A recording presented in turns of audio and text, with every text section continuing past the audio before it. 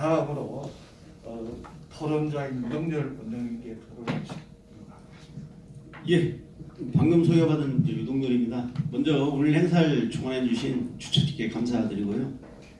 또 우리 주제 발표해 주신 재성호 교수님께 감사드립니다. 제가 이 문재인 정부 들어왔었을 때 대공수사권을 폐지하고 경찰에 이관한다는 이 문제 때문에 2017년도에 국회에서 김진태 의원과 함께 대공수사권 폐지 반대 세미나를 했습니다. 하고 이번에 이제 4월 15일 날 절대 다수 의석을 확보한 이 더불당이 이제 밀어붙이기 때문에 지난 8월 5일 날 국회에서 제가 기획을 해서 한반도 선지자들과 함께 국회 박수영 의원 등과 함께 이 문제를 다뤘습니다. 그래서 두 차례에 걸친 발표를 통해서 왜 국정원의 대공수사권을 폐지하면 안 되고 경찰로 이관됐을 때 문제가 뭐는지를 제가 낱낱이 한 12개 정도로 이미 논리를 갖다 다 제시했습니다. 지금 오늘 토론문으로 올라와 있는 것은 지난 9월달에 입법조사체 국회 입법조사체에서 비공개 간담회가 있었습니다. 국정원 대공수사권을 경찰로 넘기는 데에 대한 문제점에 대해서 그래서 저하고 전직 공안검사 출신 이시원 전 서울중앙지검 공안 부부장을 했는데 이분하고 저하고 둘을 비공식적으로 초대해서 그때 제출한 것을 약간 좀 고친 겁니다. 네, 고친 건데 이미 여기에 지금 10가지 논리로 국정원의 대공수사권을 폐지하는 데 대한 문제점을 지적했는데 자 이것은 그냥 참고해 주시고요. 제가 오늘은 진짜 본질적인 문제를 다루겠습니다. 저희 자유민주연구원이 한반도 인권과 통일을 위한 변호사 모임하고 자유민주연구학교 공동으로 지난 금요일날 문화일보에 대공수사권 폐지에 반대하는 광고를 실었습니다. 그래서 이제 본질적인 내용을 좀 묻겠습니다. 왜 이 정부는 문재인 정부는 더불당은 이 국가보안법 7조를 없애야 되고 왜 국정원의 대공수사권을 이렇게 폐지해야 되는가 하는 그 본질적인 목적이 뭐냐 이걸 봤습니다. 아까 재성호 교수도 잠깐 얘기가 있었지만은 본질적인 것은 뭐냐면은 이 대공수사권 문제는요 북한의 간첩 조직인 과거에 뭐 연락부라든지 지금은 이제 정찰총국, 문화교육 이런 부서가 있지만은 이러한 북한의 대남 간첩 공작 부서의 수건 사업입니다. 북한은 남한혁명을 위해서 반혁명 역량, 남한혁명을 반대하는 혁명 역량을 거세시키라고 이미 김일성가 교수한 거 있어요. 그래가지고 북한의 반혁명 역량이 뭐냐면 첫째는 주한미군입니다. 주한미군을 철수시키는 거, 또 약화시키는 거죠. 두 번째는 대한민국 국군입니다. 안보부장 국군을 완화시키는 거. 그래서 적군, 괴뢰군 와해 전투전투장도 발표를 하고 그러는데요. 그다음 세 번째가 뭐냐? 바로 대한민국의 우리 자유민주 체제를 갖다 지켜주는 대공수사기관입니다.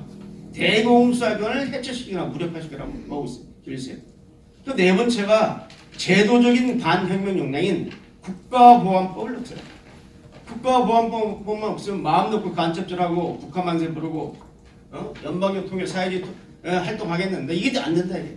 그래서 북한이 네 가지를 남한혁명을 방해하는 반혁명 역량이라고 규정을 하고 이 네 가지를 무력화시키기 위해서 대남 공작을 했던 겁니다. 간첩들이 공작을 해서 해야 될 일을 문재인 정부가 들어와서 지금 다 해주고 있습니다. 북한의 반혁명 역량을 갖다 거세 약화시킨 일을 북한 간첩들이 정교한 공작을 통해서 이루어야 될 것을 문재인 정부가 지금 합법형에서 하고 있어요.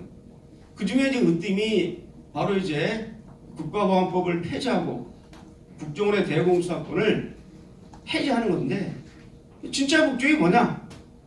북한 대남 공작부서의 70년 수건 사업을 문재인 정부가 지금 해결해 주는 겁니다. 이게 본질적인 문제는. 그럼 뭐 하자는 거냐?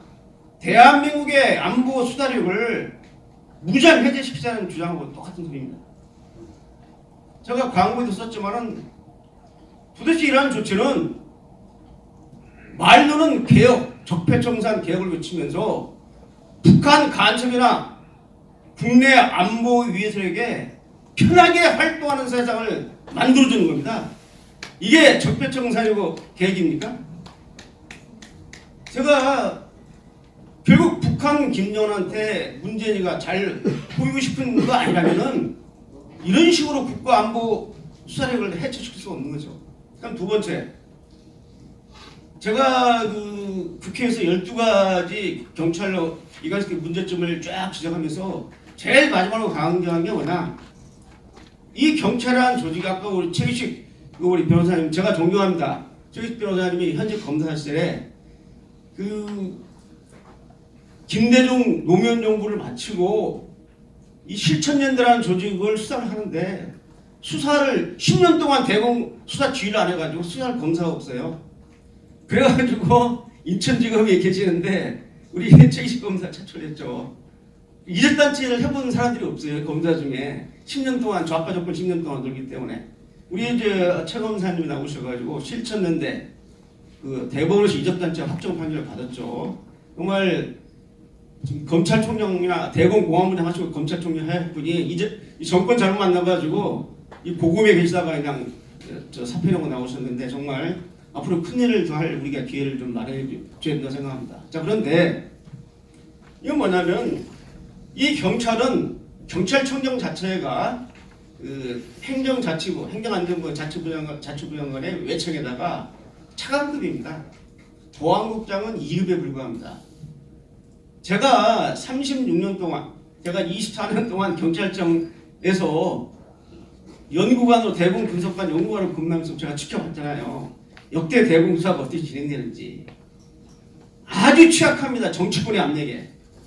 정치권의 압력에 취약하기 때문에 가장 큰 문제는 정말 청와대와 연결된 또 집권당하고 연계된 간첩 사건을 적발해도 이걸 뿌리 뽑을 수가 없는 거죠. 정초로 압력이 되면 위험해야 될 가능성이 매우 높다고 저는 자신 있게 말합니다. 제가 직접 목격한 사건도 있어요. 어떤 식으로 해서 그 사건을 무마시키는지를 제가 지켜본 적도 있습니다. 그렇기 때문에 제가 이러고 떠돌아다니니까 우리 교수님, 교수님이 경찰청 출신인데 자꾸 나가서 이 경찰청 회대기 하는 일을 하고 그것도 앞장서서 이런 말을 하시니까 좀 이런 우려가 있습니다라고 해서 제가 그래서 답을 했죠. 이건 경찰청이냐 국정원의 문제가 아니라 대한민국의 국가안보에 관한 문제단 말이야.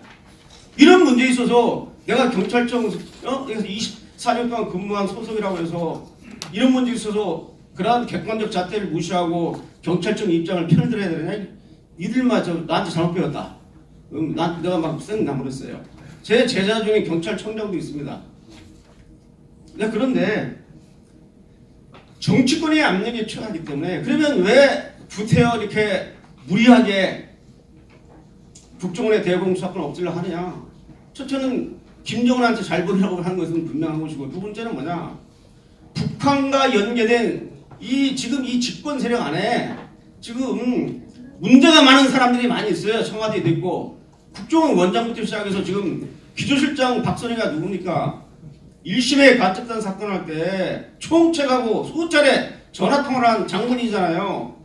그런데 수사도 못했지 않습니까? 불러다가 네가 박선희를 어떻게 하느냐? 아니 마이클 장민호를 어떻게 하느냐? 왜 통화했느냐? 이거 소환조사에서 물어봐야 되는데 정치권의 압력 때문에 그런 자를 갖다 소환조사가 못하고 지금은 이제 국정원의 예산과 계획을 조직을 지어주는 지금 기조실장을 하고 있잖아요. 원장은 북한의 우호적 인사인 거 다 아시는 상황이고.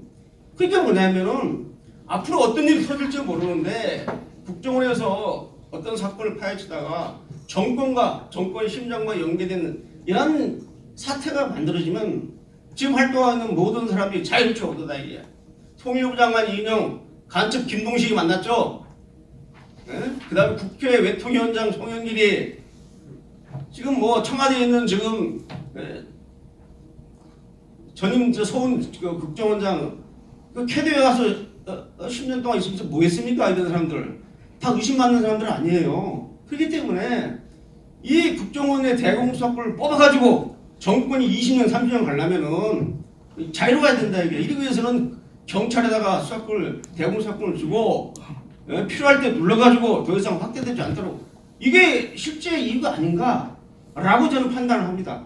그래서 이렇게 중대한 시점에 서둘러서 국정원 대공수사권을 갖다 폐지하고 하는 이유가 그거 아니면 이 국가 안보를 생각한다는 사람은 이게 할 수 있는 일입니까? 이렇게 생각하고요. 나머지 내용을 봐주시고 결론으로 가겠습니다. 우리의 반대에도 불구하고 이 집권 여당은 절대 다수석을 가지고 있기 때문에 이번 국회에서 개혁입법 차원에서 밀어붙일 겁니다. 어떻게 해야 되나? 제가 이제 그 네 가지 안을 제시했는데 첫째는 국정원의 대공수사권을 유지하고 대신 문제가 되는 부분이 있다면 감독 체제를 2중 3조로 강화해서 제대 개선하는 방법이 제일 좋은 방법이지만 절대로 이 문재인 정부가 이걸 채택하지 않을 겁니다. 그래서 제가 이제 국회 입법조사처에 가서 강조한 게 최소한 2년에서 3년, 여기는 5년이라고 써놨지만 그때는 2년에서 3년 동안 유예기간을 둬라. 그래서 국정원의 대공사의 노하우를 부분적으로나마 우리 경찰 대공사 인력에서 그걸 갖다가 터득할 때까지는 유예조치 줘라. 그래서 국정원도 수사권을 행사해야 된다. 이 말입니다. 근데 그러면 이완이 이렇게 된다. 국가정보 시스템을 좀 전반적으로 패러다임 바꾸자. 그래서 이제 선진적으로 바꾸는데 국가정보기본법을 제정을 해서 대통령 직속으로 국가정보위원회를 구성해서 바로 이 국가안보수사청하고 종래에 이 국정원 기능을 행사하는 데하고 이원화를 시켜서 서로 대립과 갈등과 협력 관계를 유지하면서 이렇게 전문화하는 것이 훨씬 좋지 않겠느냐. 제가 이 얘기했습니다. 자, 경찰은 뭐냐? 경찰은 국내 치안을 담당하는 겁니다. 자, 대공수사는 뭐냐면 국가안보의 영역입니다.